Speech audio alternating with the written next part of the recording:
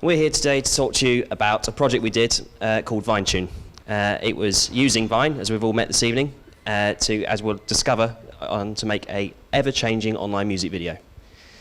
This has been a 6-month venture, and there's a couple of places that it's appeared, which is some of you will notice, and some of the others that are fresh.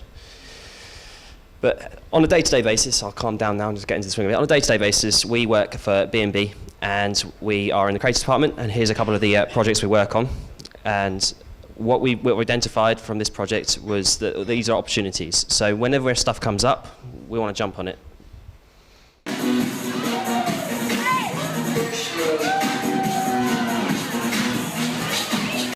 It's bizarre and beautiful moments all around the world, and that's what we drive from it, and it's hilarious. Some of them, the videos you get on there are absolutely amazing. It really gives you a perspective. Evidently from India, with cows walking down the street. So where's that brought us? When Vine launched in early January of this year, it was an strange, exotic, uncharted land of bizarre and beautiful videos. And we soon identified that we wanted to jump on this and use this to do something that was engaging and positive and really lent towards what it was, which was a social channel. And all the examples we'd seen of early adapters, they were just using the videos for video's sake. And we really wanted to tie it all together and bring meaning to what it was, which is videos all over around the world, as I mentioned, that have a meaning and can be brought together to collectively link something. Now, from a technology point of view, when you approach something like this, when a service first launches, what you'd really hope for is the ability to access it, so an API, which is a bit of a buzzword that flies around. But the Vine doesn't have one. Now, what it does have with the ability, whether it's being bought by Twitter, is the fact that you can access the streaming API. So when everyone shares any media all over Twitter, you can get access to that, and that was our way in.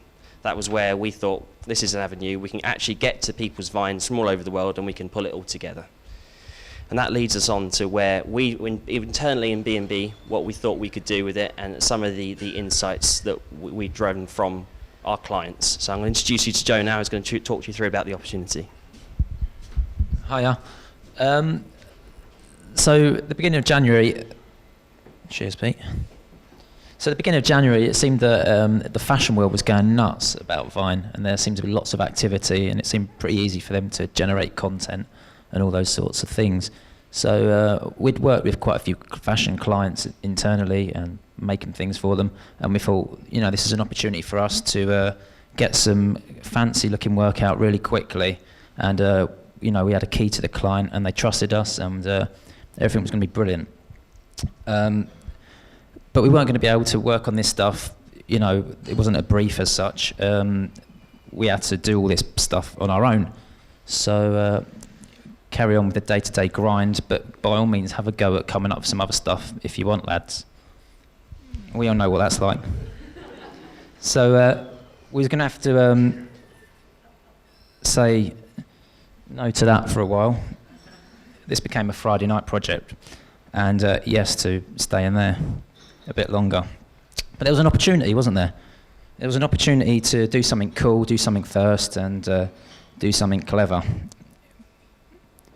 We was going to make the clients fall to their knees. It was going to be brilliant. We was going to walk in the room and sell this idea, this big fashion, cool idea. Nothing could go wrong until, no, they're not interested. It was too new. No one knew what was going on. So what do we do? Well, we had some cool ideas, we thought, and we had some sort of notions and some insights, and we'd started to prototype some things. We had scamps, then we got excited. We started to build things in our spare time. And, it was an uncharted place, wasn't it, Vine? But what we was getting very anxious is that other people were doing clever, cool things. So we were like, oh my God, it's all slipping away. What are we going to do? So we took these insights, went back to the desks, turned all the night lights on, and we had a good think. So these are sort of some of the things that were going around our heads at the time.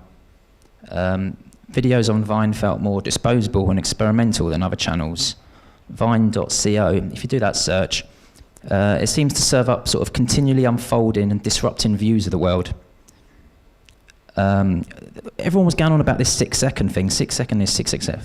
What if the story, we wondered, wasn't actually about 6 seconds, but was actually about these series of sort of mini titled moments? And what if we could stitch them together? You know, maybe that could be interesting. Over to Cal. Do you like this? A bit of a relay. Terrible high five. Cheers. Yeah, so we started looking at things that interest us, things that we love. Bob Dylan's made a second appearance tonight, apparently. But yeah, this video was where it all started for us. The idea of lyrics and visuals coming together. And as Joe mentioned earlier on, this idea of trying to stitch together these 6 second moments from around the world.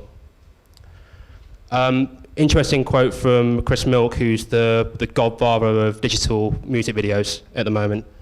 What I think is really nice about this is he's trying to say, look, the canvas is not something to be afraid of, but actually you can do some really cool things with it, which we try to do. Obviously, we didn't have the budgets of a Google or Chris Milk and Aaron Koblin, but we tried to do something anyway. And this is where we got a little bit lucky.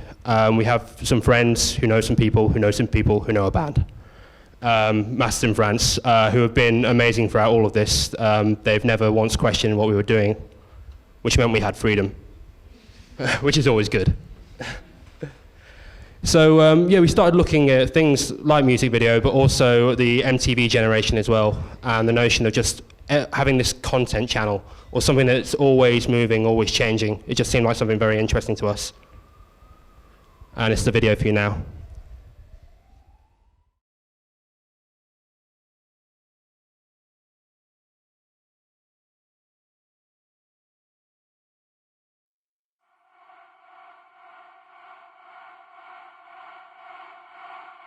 She got hot from radio, moving to the walls below. She got ways to steal a show, from the room to video.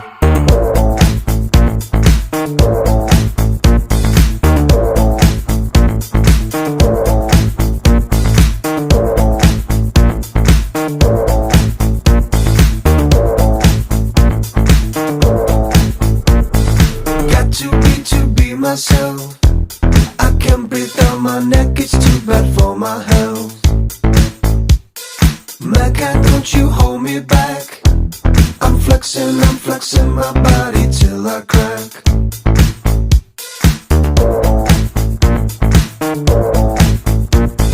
Watching them all show their skills. No groove, no charm, no diction, just all empty fills. Mankind, can't you feel me in? I'm flexing my bones right through my skin. So if that didn't make sense, basically what that was VineTune, which is a website we created using the lyrics from the Masters in France song Flexing, and then taking those lyrics and putting them into hashtags. Every time a new lyric comes up, a new Vine gets pulled in, which gives you 36 videos of absolute craziness. What we found was really interesting, and we didn't even know ourselves until we created it, was these beautiful serendipitous moments. So when a lyric really matches a visual, you get something really, really enjoyable to watch. Other times it can just be a guy prancing around naked. But yeah, I'll hand back over to Joe to explain how we PR'd this as well. Cool, so this is still us three going about our little adventure at this point. Let's go back. Okay, so what was happening there? Was that clear? What was going on? So the lyrics were put into a program, and then it was picking up, it was scanning Twitter every minute. It was picking up whatever lyric we'd hashtagged. There we are. Oh, look, I'll turn it down, it's a bit noisy. Am I repeating myself? No. So moments of the text, lyrics are put into our software, and it's scanning Twitter, and it's pulling in the very latest vines that are being shared from all around the world. So it's continually changing and continually updating. I think what's really cool in this journey is when we started, you know, it was sort of update, there'll be like 2 popular hashtags, but now if you go onto it, you know, tonight or whatever, it's changing all the time. And we've really seen that sort of growth happen in the last well, 4 months. So now it keeps refreshing. Make sense? Good. Okay, so we had this video, right? We're 3 douchebags, we don't know what we're going to do with it. So we come up with a plan. Right, what are we going to do? We plan to target 2 audiences, right? Creating tweets and bios and sort of press releases for each set of audience. So the tech community, which we all love and all look up to, and the sort of music world, and sort of there's quite a big music promo community as well, which I'm sure you guys are aware of, but I wasn't really. So we had this thing, we sent out all these bios. It was really, really highly scientific stuff. It was us 3 sat in the dark with an Excel spreadsheet sending stuff out. And it was amazing because nothing happened, did it?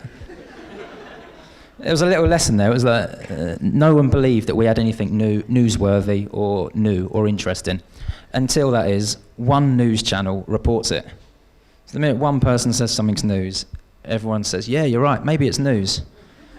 So pretty soon, well, over about 10 days, we all went home pretty depressed. I remember passing the fish and chip shop that night going, oh, no one cares. But it did. 10 days later, people did start to care. And soon it went a bit nuts, didn't it? And then it was a really exciting time. So this thing grew, and before we knew it, we were talking to all sorts of cool people and having a jolly good time. Yeah.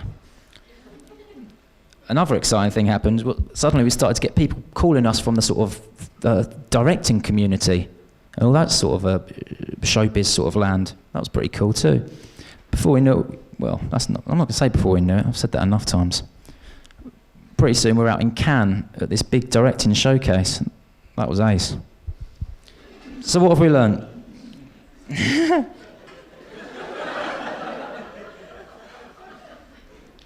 feel like Lenny Bruce. Oh, yeah, we rarely come out of the dark. So we were on this adventure. So what did we learn from this mad thing? This thing escalated, and it sort of took us to all kinds of new and strange and exciting places, from record companies to where we are now. So we learned a few things, and here's our slide of learnings, because apparently you have to have that. But the big lesson that we learned, was about running with ideas. Sometimes you don't need a complete and fully formed thing. But what you've got to do is pick it up and run with it. And when one person says no, keep running, swim to it, row to it, and fight for it, because you never really know where that idea is going to take you. Cool, cheers.